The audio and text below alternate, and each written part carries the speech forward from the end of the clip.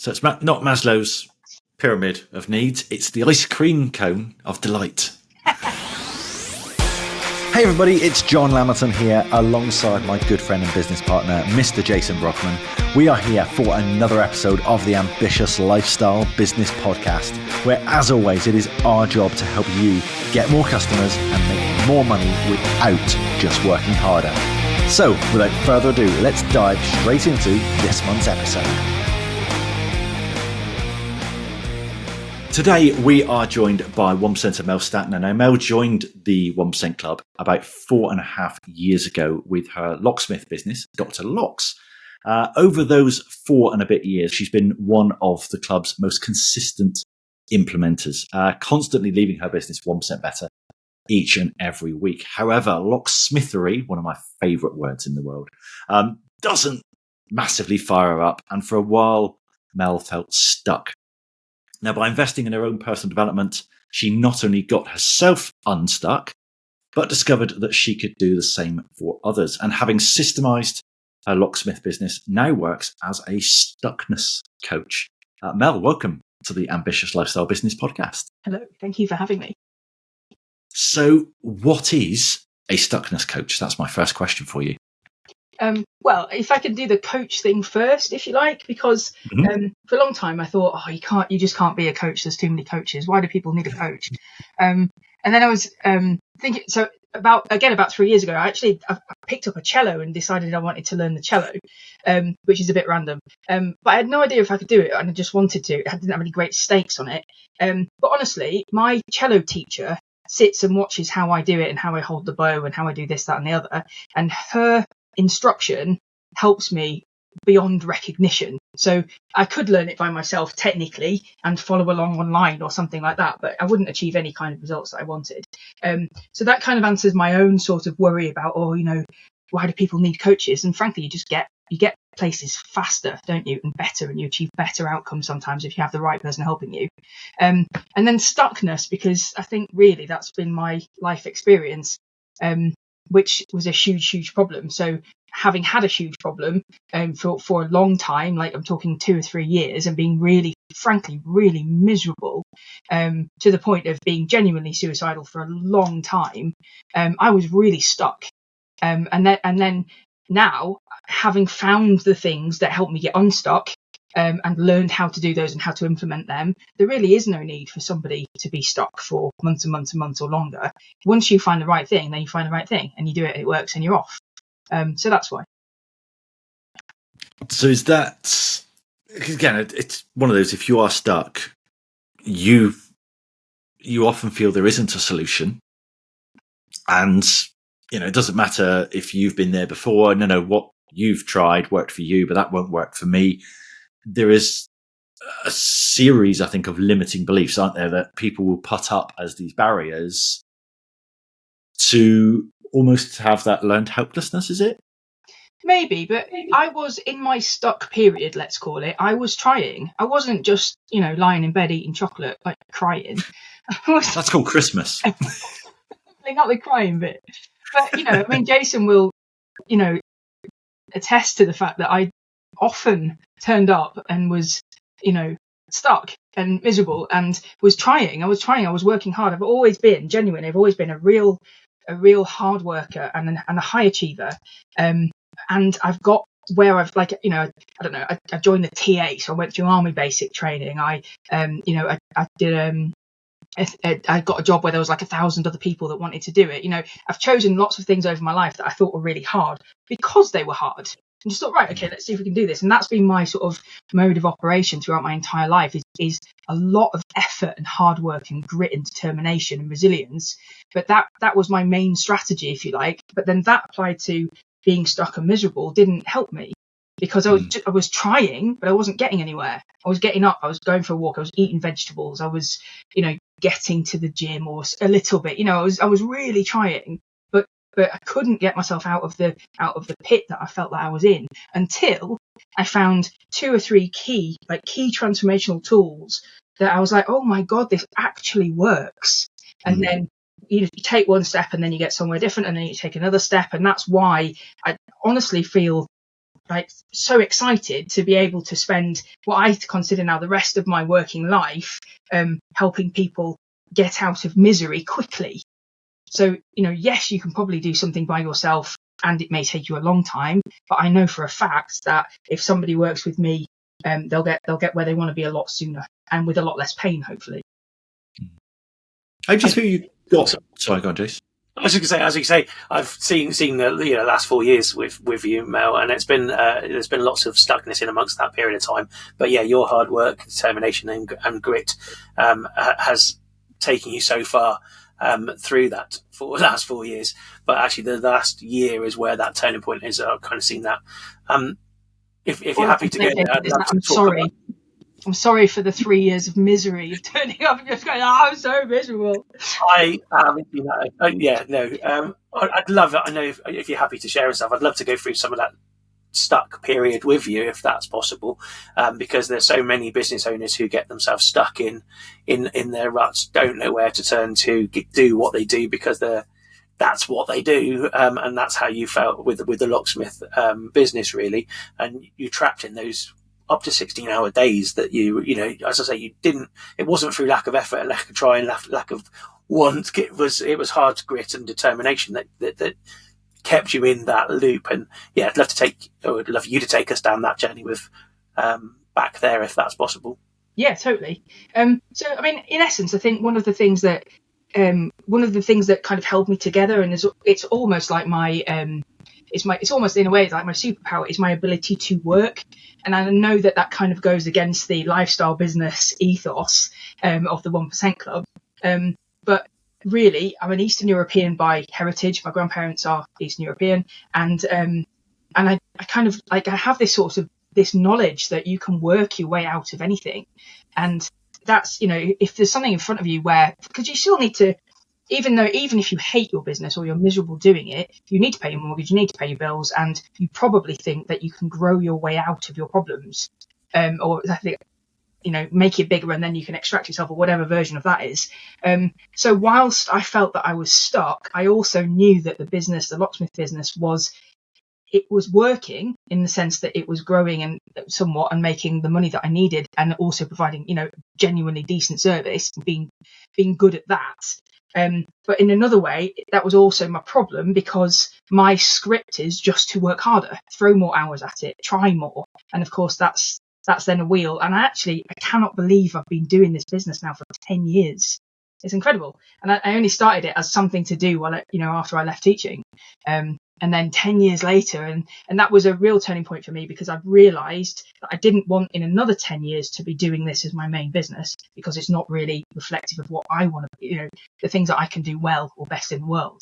But I didn't know how to get out of that. So that's the journey, isn't it? But while you're in there, you think, actually, I was really focused on trying to do the things in front of me, rather than being open to the possibility that there could be a different path.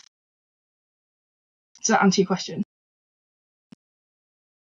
Or is it? Yes, yeah, absolutely, it does. And as you say, yeah, and let's say people get that in that rut. And for some, it's an escape. And I appreciate that you were trying to escape from the locksmith kind of business, but actually sinking everything into it and working hard is where a lot of business owners go.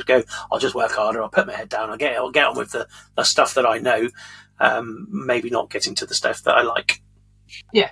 Yes, it's a part. I think it's in part workaholic. In order to, you can escape your own pain by working very hard, and that's part of just a coping mechanism, which fundamentally isn't helpful if you're working on the wrong thing, and also probably not helpful as well if you need to escape. So then, eventually, where I got to was, to me, because I'm all or nothing always, is I had to personally be in such a deep hole that I had no possibility of doing anything other than facing the pain. That was the only way to do it. And it's really glib, but I heard last week, I think, the only way out is in. Ugh. But it's that kind of thing. It's like, genuinely, you're just in so much pain now that you can't carry on. So if you're not going to kill yourself, or you can't kill yourself, what are you going to do instead? And that was the kind of, and hopefully other people don't have to get to that point where everything is ruined before they go, right, what now? But that's me. That's, let's dig a really big hole, and then from the bottom of it, we'll climb our way out. I think that's a lot of people. I think a lot of people don't they don't realise they are that frog in the boiling water until they are boiling, and they go, hang on a minute, I'm about to die here. They don't realise when the temperature starts to rise a little bit. I'm chatting to actually quite a few 1%ers recently who are not running the business they want to run. Yep. You know, they have this disconnect where they have identified that, okay, the business I've got now is not the business I want. And it's much like you said, Mel, it's kind of, well, I made a decision 10 years ago to do something as a stopgap. And then I said yes to this opportunity. And then I said yes to this opportunity. And then based on the income I was getting from that, I took on a mortgage. And then I got married, and then I had kids. And then suddenly my entire self-identity was around what I do. Yep. And now I feel stuck and I can't get out of it. But the pain isn't yet bad enough that I have to do something about it. There's just this little niggling bit at the back of my mind that says you're not living the life you want. You're not congruent with what you really want out of life. You don't actually enjoy doing what you do. But I don't think it's time to do anything about it yet. What would you say to those people who are in that situation? They're not in immense pain yet, but they're starting to notice a little bit of pain. Well, I think there's a couple of things to that. So one of the things is that people will do more to avoid pain than they will to gain pleasure. I think is fairly a standard thing that, it might be a truism or whatever. So if people are pretty comfortable, then maybe they just don't want to do something about it very much, which is why the pain has to build up to such an extreme, perhaps. But the other question is, and I don't know if this is true, but it really struck a chord with me, is something that it's a question that David Bayer asked in his one of the things that I went to see in America. And he was on stage and he asked the question, which I'm going to pose to you two, and I'd like you to answer if you don't mind. And the question is, sorry to put you on the spot. The question is, for entrepreneurs and small business owners, what is their greatest fear?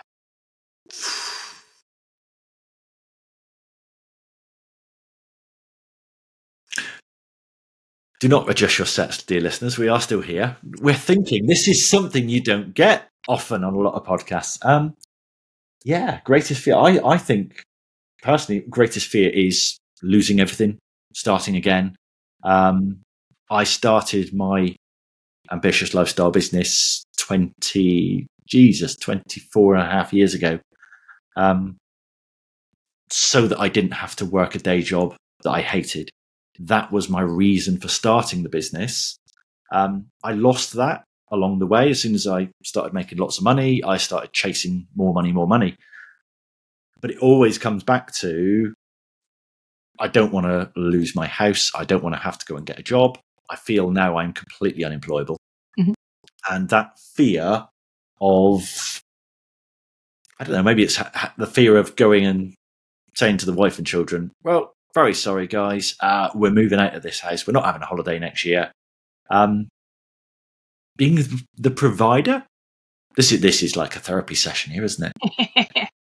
That's interesting. So basically the fear of not being able to be who you are, your identity is the provider for you, and that's who you want to be. Although whether or not your kids and wife need a holiday, and I mean, you have 15 holidays a year, do you? Exactly, and I don't want to tell them. I'm sorry, we're down to 12 now. Yeah, sorry, guys. Yeah, our trip to the moon next week's cancelled. What about you, Jason? What do you think as an answer? What do you think people's? I think it's along John's lines, but for me, I think it's more a feeling. Fear is a feeling; it's an emotion, and I think it's being seen as a failure, being seen to fail. Whether that's amongst your friends, family, fellow contemporaries, it's just that. I failed. It's or people to see you as failing. I think, a little distinction. I think similar to John, really, but just a little distinction there. I think which is that change, because that's the feeling that you kind of get from that fear. Is I'm afraid to look stupid. I'm afraid to look as if I failed. I'm afraid to be a failure, whatever that looks like. Wow, there's deep stuff here that I've taken us into, isn't it? Sorry. Well, when he asked that question on stage, my answer in my head was that I think my biggest fear was that I'll die without having lived up to my full potential. And that that's the thing that he said was the most common failure of worry of people that have their own businesses, is that you'll literally time will pass and you won't have done what you should have done or could have done. And I guess if you're in that place where you're afraid of failing, or you're afraid of losing what you've built or not providing to the same level, then those fears will actually stop you from doing the thing. If you've got a secret desire in your heart or a thing that you've always wanted to do, those things will actually stop you, or may actually stop you doing that. And then the question is, would you then be in a position where you are on your deathbed and you are thinking, I wish I had? And that would be an awful place to be. That's really interesting, because I'm just, we talk a lot about enough in the 1% Club, and whether there's ever a time when you've got enough or whenever there is. And I think entrepreneurs are guilty of never realizing when enough is enough, and when that stop piece is. So it would be interesting to actually whether you could be the most successful person in the world and get to your deathbed and go, but I could have done this, or I could have done that. And I'm just thinking that fear of that death, pearly gates or whatever, that bit is the same for everybody. What if I'd have done this instead? Or what if I'd done that? Or what if I didn't take that opportunity? Or what if I did? I think that's true for everybody. But yeah, I think entrepreneurs is never quite enough. I could have done this. I could have done more. There's always more to be had. Then it comes down to your heart. 17 hours instead of 16, that kind of thing. Now. But then it comes down to your heart, because it's not like what's enough is if you're talking about money and achievement. If you've bought your house and you've paid off your mortgage and you can afford the lifestyle that you want, then that may be it. But that's about money, isn't it? Whereas this is about the amount of time that you have left to live, and the what if of, I really would have loved to have, had a ballet dancing school. I mean, I wouldn't obviously, but and damn it, I wish I would have tried that. And it's that's the question that you just need to ask yourself, isn't it? It's not necessarily about enoughness in terms of achievement, but in terms of, is there something that I'm not doing because I'm afraid of the other things, of not being able to keep them up or whatever? And yeah. So let's take you. We've been to the stuck piece for you. We've worked through that little piece there. What's that transformation piece look like? Where you said you dug a hole. It's that deep. It was so deep. Now it's a good challenge because you like to be challenged. You got that deep. Where did the ladder come from? Where did the climbing crampons come from, or however much you had to get out of it? What did that look like to you? So 2 or 3 key things, but basically, I see it now as kind of like the perfect setup. So in one way, this idea of like losing part of, or losing a lot of your life, thinking, oh my God, I can't believe I spent 10 years being a locksmith. That's not that. In some ways, that's something that I perhaps might have wished was shorter. But, if I look back on my life, I've done quite a few different things. Lots of us had. I've been a teacher. I've been a scientist. I've been a locksmith. I've been a small business owner. I've tried some property stuff, and I think that when you could, connecting the dots backwards, it then becomes a perfect setup, because everything that you've done in your life up to this point makes you who you are and gives you the skills that you have.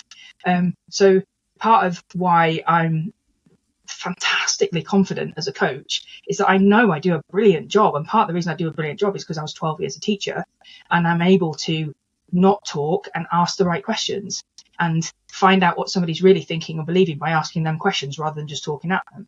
So that's sort of 12 years in the making of one skill that's added up to something that I want to do now. So that's part of it, is like understanding that, I guess it's non-resistance is what you'd call it. Like, stop fighting the what isness of the now. So what is now can only be what is now. There can be another thing because this is it. So if you're able to understand that and then see your past experience as past experience to bring you to the perfect position now, then you can let go of a lot of resistance of I wish, and not that I have entirely let go of everything I need to let go of course, but that's one thing.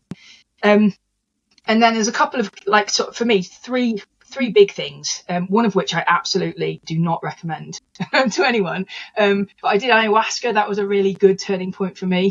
I had some really deep stuff that needed sorting out. So before that, I'd perhaps done, without sounding crazy, 8 years of therapy, maybe. Quite a lot, quite expensive. And the coaching business that I've got now, I actually see as like an empowering, quicker alternative to therapy. If I knew this now, I wouldn't have needed to talk to somebody for 8 years. I would have been able to be empowered pretty quickly. So one of the key things was ayahuasca. One of the key things was David Bayer. I picked up his book, A Changed Mind, and there is some information in there about how to use and rewire your brain, just like an operating manual for your own brain.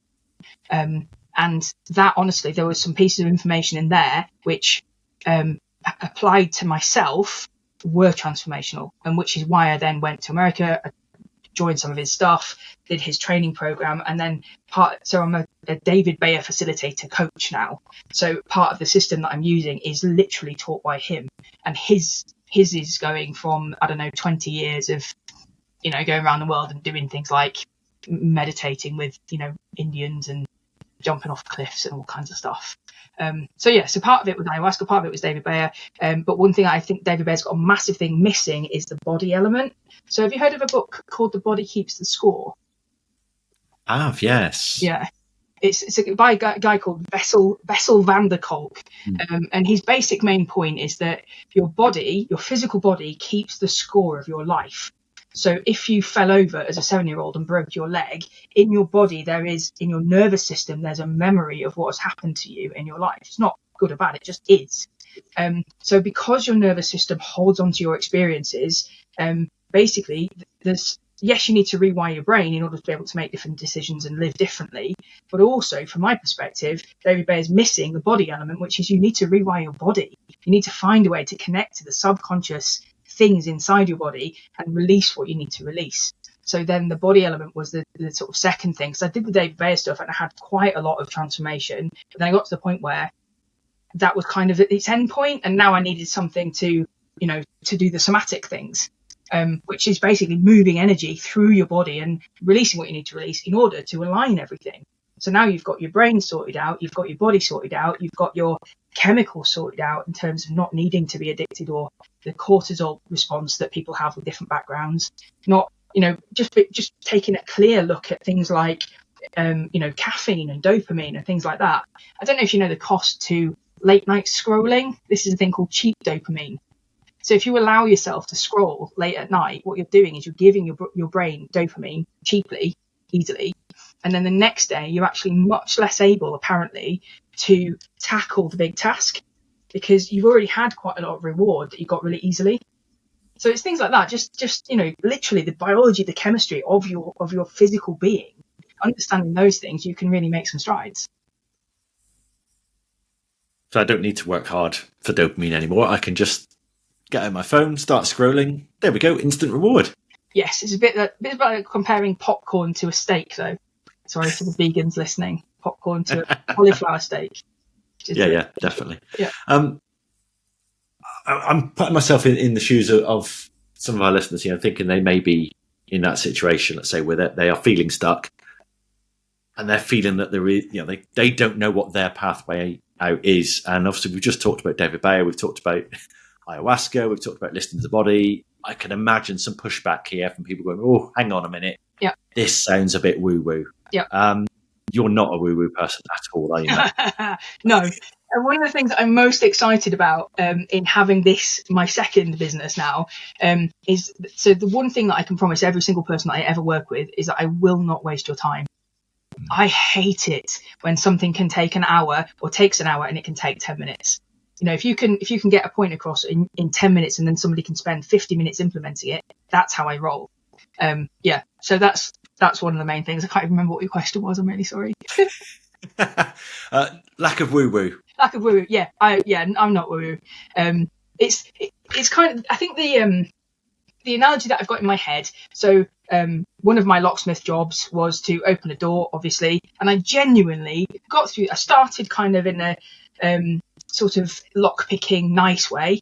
I went to the next stage. If that doesn't work, you go to the next thing. If that doesn't work, you go to the next thing. If that doesn't work, you go to the next thing. So I'd gone through various different points to try and open this door. And by the end of it, it became very clear that the lock was open, but the door wouldn't open. And the only way to open the door was to karate kick the door open, like really, really hard. And the customers behind me were a little bit scared, I think. But that was the only way to open the door.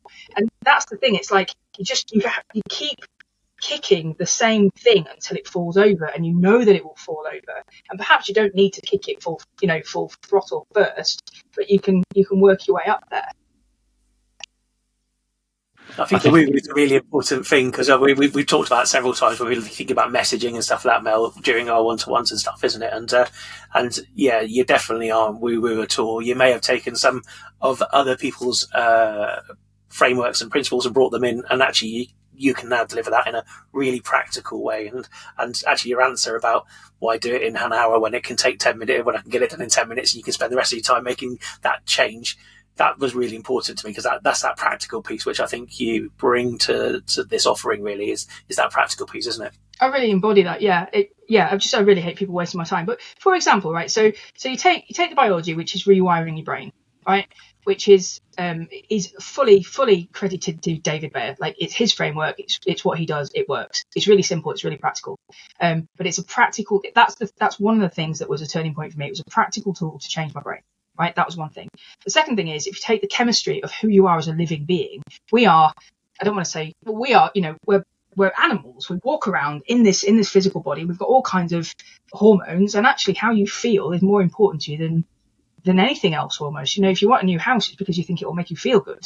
You want to marry someone or get a new job or whatever it is, it's because of how it makes you feel. So our feelings and our emotions are massive drivers. So if you can understand that and then hack that, if you like, then you're on to a winner. But then the real woo-woo stuff is the physics of it. So I don't know if anybody listening is a fan of Abraham Hicks. Have you heard of Abraham Hicks? It's about as woo-woo as you can get, right? Yeah. Don't judge me. But it is literally, Abraham Hicks has nothing to do with Einstein, but people talk about raising your vibration, and that becomes then woo, doesn't it? Or you have to be on a high vibe and then you'll attract things to you. But if you think about it, if you feel terrible and you feel awful and guilty and all the bad emotions that you don't want to feel, how much access do you have in that state to your creativity, your energy, your resilience, all of those things? If you feel good state, so if you just think two states of being, either you feel bad or you feel good. If you spent the majority of your time in a powerful, connective, loving, creative, happy state, from that vibrational state, you have access to all of your resources. And you have access, your brain is free. You can ring someone up and you can say, I can't do this, I'm stuck. Can you help me? Or you can find an investor, or you can ask a better question, you can get a better answer. So although you can say it's woo-woo, if you align the physics, which is energy and matter is essentially the same thing, with what that means in terms of how you operate from a powerful state, which is where you're vibrating at, which sounds woo just because of the word vibration, then of course, if you were operating 95% of your time in a powerful state, and you aligned those other things, the clarity, the confidence, the questions, the knowing where you were going, the success plan, blah blah blah, you're going to be going exactly where you want to be going. So give you some examples. Yeah, could you bring that into an example into some of our listeners in where that applies into like the business thing, or even your experience? Okay, so I'll take a really sort of easy and mundane example from my perspective. So I've just taken this fantastic Dion called Dean. He's a brilliant locksmith, and his I would say he's just a normal guy. He's I love him to bits. He's very normal. As in, he's not interested in quantum physics and stuff like that. He said to me, he said the thing is, now I'm working for you, I could do with a bigger van because you need me to carry all this stock and my van's a bit small. And I said, well, let's put it in the plan then, and let's try and buy you a bigger van. And he said, well, I can't because I am stuck in this contract for another 3 years. And if I sell my van, I'm going to lose £5,000 based on the value of his loan and whatever else. So just thinking, so from his mind, right, his thoughts and his beliefs were, I can't do that because it'll lose money and I'm not going to waste £5,000. So it's a no-go. But if you think about it differently, I have a belief that whatever he and I need to create between us, we will. So I said, well, why don't we take on some more evening jobs, and I won't take a share, and you can do the job. So my share can go to your van pot, and your share can go to your van pot, and between the two of us, we'll make that £5,000. Basically, we'll make it in the next 6 months, and then just write it off. Job done. Bigger van done. So his thinking of, no, I can't do that for these reasons, then puts him into a sort of energetic, I'll just have to kind of struggle through the next 3 years state. Whereas actually, from a different energetic and thinking state, You can just literally create a new reality. We'll have another van. There we go, done. And again, not woo-woo. No, it's metal and reminds me very much of Rich Dad Poor Dad, the Robert Kiyosaki. Instead of I can't afford it, how can I afford it? Yeah, that's exactly what you've done with Dean's van, isn't it? Yeah, totally. Let's just find a way. So from your energetic state, and that's another thing. It's like a really key thing of like, once you understand that if you operate, if you chose to look at it like this, and you chose to say, I'm either in a powerful state or I'm in a poor state, let's call it. Whenever I'm feeling bad, I'm going to catch myself. I'm going to work out why I'm feeling bad. I'm going to deal with that and then move ahead again from a powerful state. If you develop that habit and you were able to do it, which I can teach people to do it easily, how many hours a day or a week would you save? How many hours a day do you lose procrastinating or just feeling down? I mean, I know that, my mood cycle goes, but, if I spend between 3 and 5 feeling a bit miserable, that's 2 hours a day that I've lost, not being able to operate from a powerful state because I feel bad. So if you can basically hack these things and work out what it is, how to change it and move on, then you're creating time. You literally almost are. That's 10 hours a week. That's another day. Yeah, definitely. I've been chatting to another 1%er recently about confidence and about his state. And we've managed to identify, I can't remember what the song is now, but there was a particular song that he said, if I listen to that song, I'm there, I'm Rocky turning up to the top of the stairs doing this. I'm all on it. Like, cool, right. Every time you go into a sales meeting, like 10 minutes before you're sat in the car, you are listening to that song on repeat and you're just tapping into that state and being able to summon that state so that when it is 3 o'clock and you're having that slump, and you're like, oh, feeling a bit crap. I think what most people would do there is they go, right, well, I need caffeine. I need a Kit Kat. That's what I need. Yeah. When actually, perhaps what you need to do is tap into that state that you can just summon. Maybe, and yes. And also there's a layer that's deeper than that, I think, which is, so from a chemistry point of view, perhaps you have gone into a kind of afternoon slump or whatever. So whatever the reason is, but I think behind that, often for people, it's not the feeling that's necessarily the problem, although that's what you notice. It's the thoughts that sit underneath that, because what the real problem becomes is when you follow those thoughts. So the thoughts could go something like, oh my God, it's 3 o'clock on a Wednesday. Here we are again at the end of the day. I'm going to waste another year of my life being a locksmith.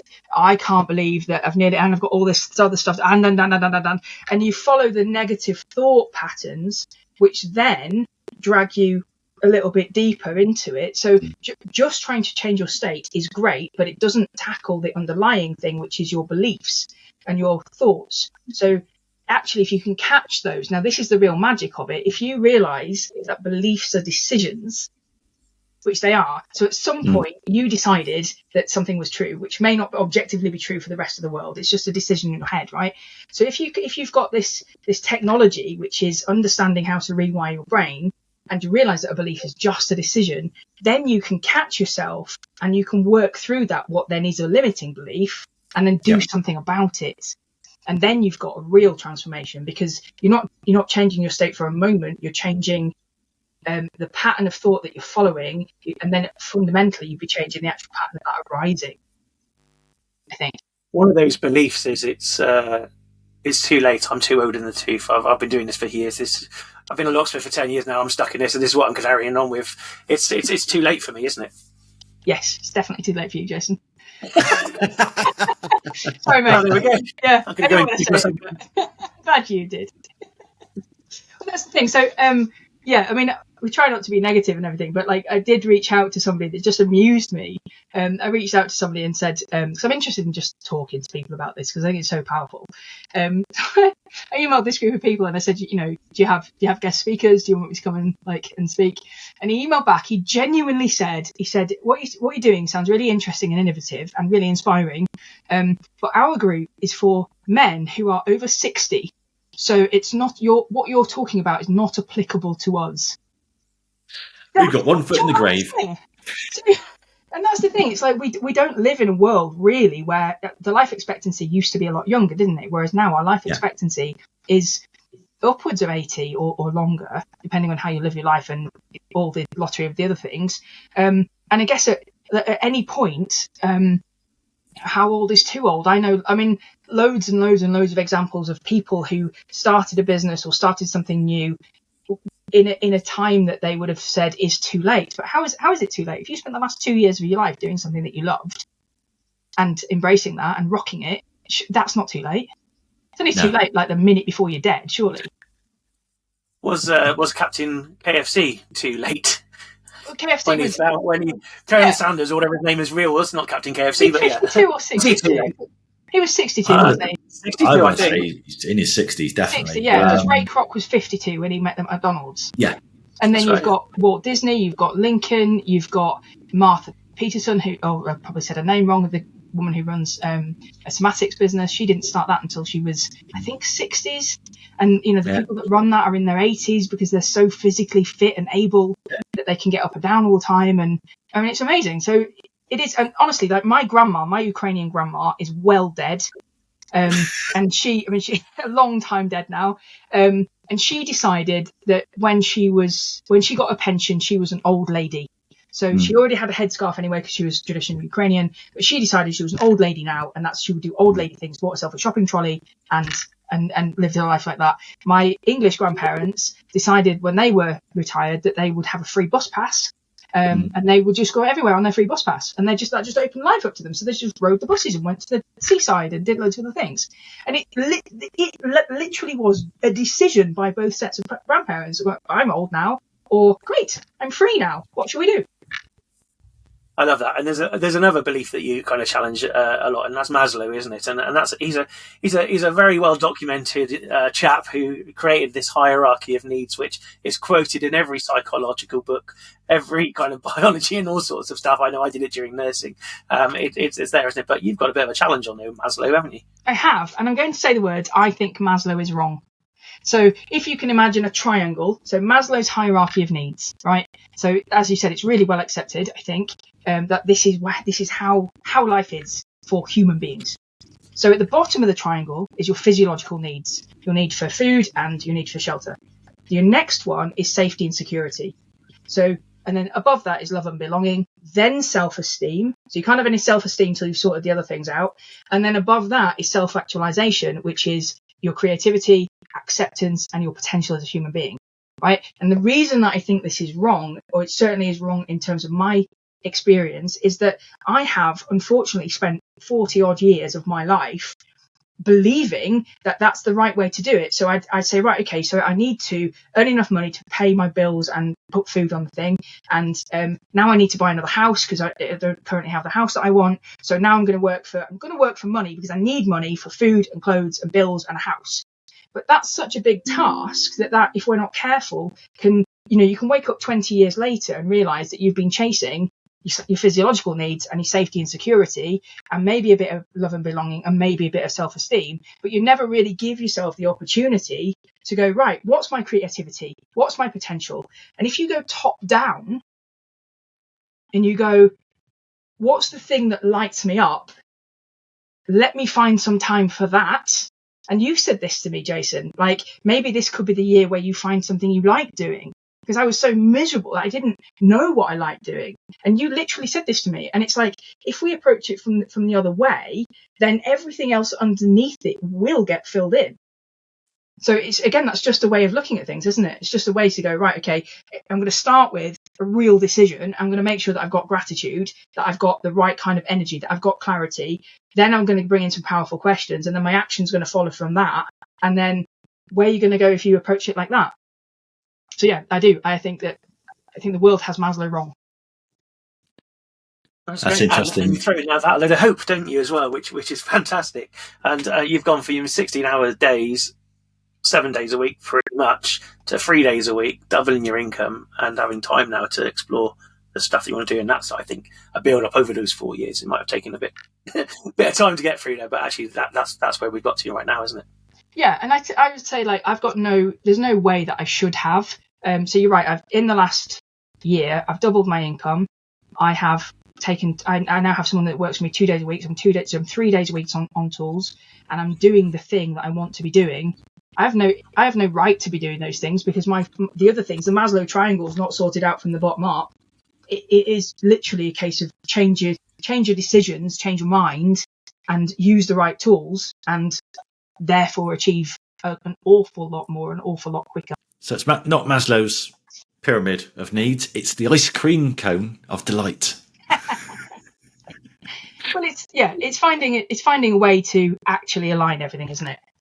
To align what you're thinking, what you believe, what you expect from life, what you want, where you're going, where your energy is, how your biology is, how your chemistry is, where your attention is, where your intuition is, all of those things, and then putting those things behind action. Yep. And then and the perfect example of that, Mel, is the question that you asked Jason and I earlier about our greatest fears. They're all the base of the pyramid. They're all safety, security. They're all providing for the family. That none of them are worried about not doing what we enjoy, not worried about what we're going to regret on our deathbeds, and what our true passion in life is.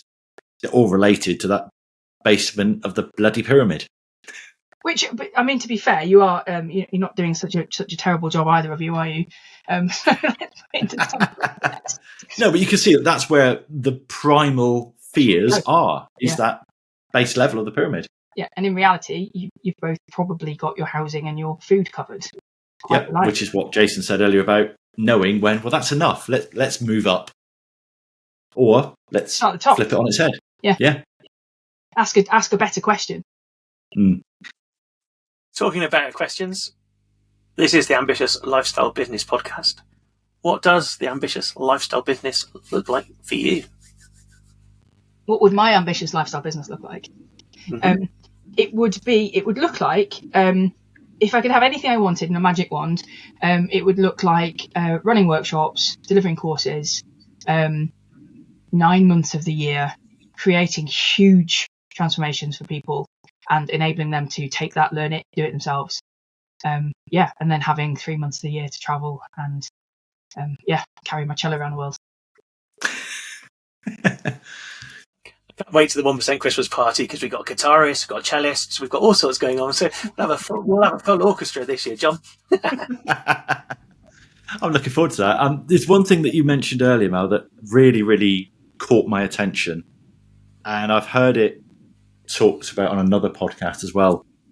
You are now running the business that you want to run for the rest of your working life. Yeah, that was the phrase used. I would happily do this for the rest of my working life. Yeah, and I know, Jace, we've said the same. It's like, this is, people talk about retirement, reaching age 60, and, that's it. We don't need to change anymore. But we don't need to retire from this business because we're doing what we're passionate about. We're doing what we enjoy. And I think my message for a lot of those business owners, those who may be stuck, those who may feel they're not running the business they want to yet, you may not know what that business is, but when you get there, you will know. And you will know, this is the business that I'm going to finish with. The business you have now, the business you started with, and I started with a website that told students where to get free sachets of shampoo. That was my first business. In fact, there was one before that where I was just get paid to click on emails. How to get rich on the internet from someone who's only just got access to a computer. But that's the business that got me here.